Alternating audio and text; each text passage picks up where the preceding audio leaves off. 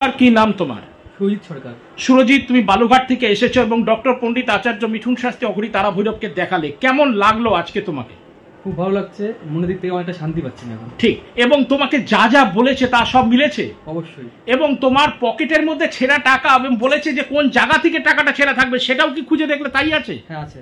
এবং তোমার সাথে পরশু কালকে রাতে কি হয়েছে এবং তার আগে বিগত দিনে কি হয়েছে এবং তোমার বাড়ির আশেপাশে কি অবস্থা আছে, ডিটেলসগুলো ঘটনাগুলো বলে যাচ্ছিল, সব মিলেছে? একদম মিলে গেছে। এবং পাশাপাশি তোমার মোবাইলের একটা নাম্বার নিয়েও আলোচনা করা হলো, সেটাও কি সম্পূর্ণ মিলেছে? একদম একদম। তুমি সম্পূর্ণ স্যাটিসফাই তো? একদম, মন থেকে অনেকটা শান্তি পেয়েছি। ঠিক ঠিক ঠিক আছে সুরজিৎ, ভালো থাকো, আনন্দে থাকো এবং সুখে থাকো। জয় মা।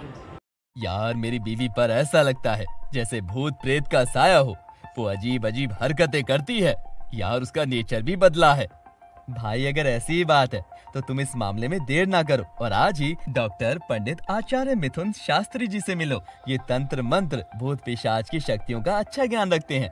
ये आपको इस परेशानी से जरूर आजादी दिला देंगे।